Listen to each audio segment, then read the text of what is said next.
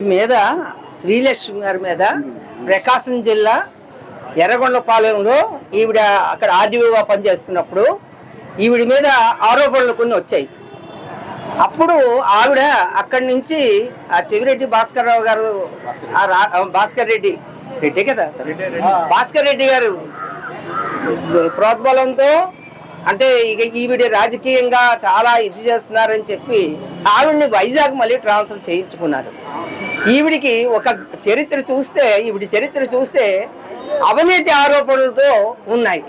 అలాంటి ఆవిడ కప్పిపుచ్చుకుందు కోసం ఇక్కడ నిజాలు రాస్తే అవి కప్పిపుచ్చుకుందు కోసం పత్రికల మీద అసలు ప్రజలకి ఆవిడ ప్రజల నుంచి ప్రజలు కడుతున్న పన్నుల నుంచి జీతాలు తీసుకుంటున్న కలెక్టర్లు కానీ ఆర్డీఓలు కానీ వీళ్ళందరికీ రాజకీయ నాయకులు కానీ ఎంఆర్ఓ ఆర్డీఓలకు కానీ ఎవరి భూములు కమ్మిస్తాయంటే ప్రధానంగా దళితుల భూములు ఎక్కడ అన్సైన్ భూములు ఉన్నాయో ఆ భూములు పడిపోతారు.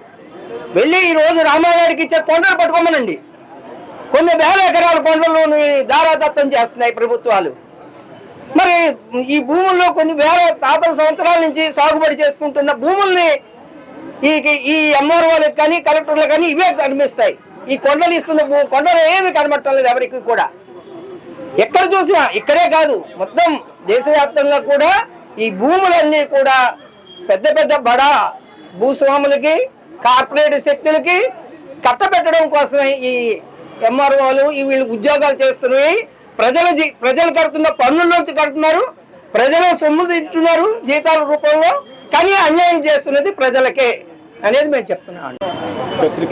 వెంకటేశ్వర్లు ప్రజా సంఘాల తరఫున జర్నలిస్ట్ సంఘాల తరఫున మాట్లాడుతున్నాం.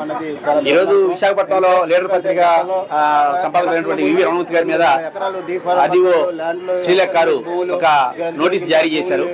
ఆ నోటీస్ జారీ చేసే సమయంలో ఆమెకి ఏం అధికారాలు ఉన్నాయో కూడా స్పష్టత లేకుండా జారీ చేశారు. ఆమె చేసినటువంటి కొన్ని పనుల మీద, మొదపగా భూ సమస్య మీద, దళితులకు సంబంధించిన భూముల విషయం మీద, అదేవిధంగా నాలా సమస్య మీద, గాజువాక పట్టణ పరిధిలో నాలా సమస్య మీద 2 సందర్భాల అవినీతి పాల్పడిందనే విషయాన్ని ఆ పత్రిక బయటపెట్టింది. ఆ పత్రికలో తెచ్చి వచ్చిన విషయాలు కనుక తప్పైతే వాటిని తప్పని రీజైండర్ ఇవ్వాల్సిన బాధ్యత ఆమె మీద అంతవరకే పరిమితం కావాలి.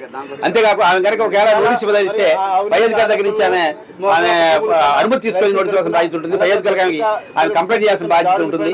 ఇవేమీ చేయకుండా ఆమె తనకు తానే జడ్జి అయిపోయి తనకు తానే నోటీస్ జారీ చేసి తన ముందే హాజరు కావాలని కోరడం, విచారణ చేసి పత్రిక మీద అతని మీద చర్యలు తీసుకుంటాం, బెదిరించడం, ఇదంతా కూడా పూర్తిగా ప్రజాస్వామ్యానికి వ్యతిరేకమైంది. మరి ప్రజాస్వామ్యంలో మరి పత్రికలు 4వ స్తంభంగా చెప్తా ఉన్నారు, మరి మీడియా 4వ స్తంభంగా చెప్తా ఉన్నారు.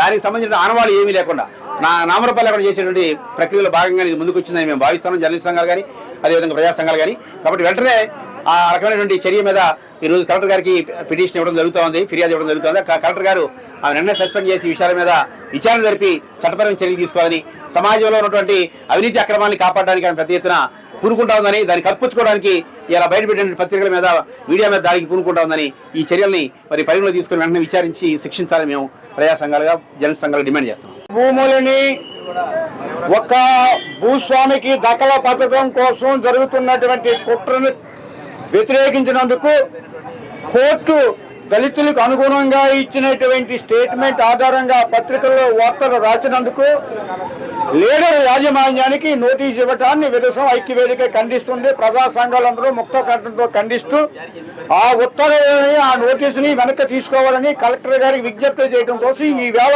జర్నలిస్టులు, ప్రజా సంఘాలు, దళిత సంఘాలు కలెక్టర్ ఆఫీస్కి వచ్చి ఉన్నాం.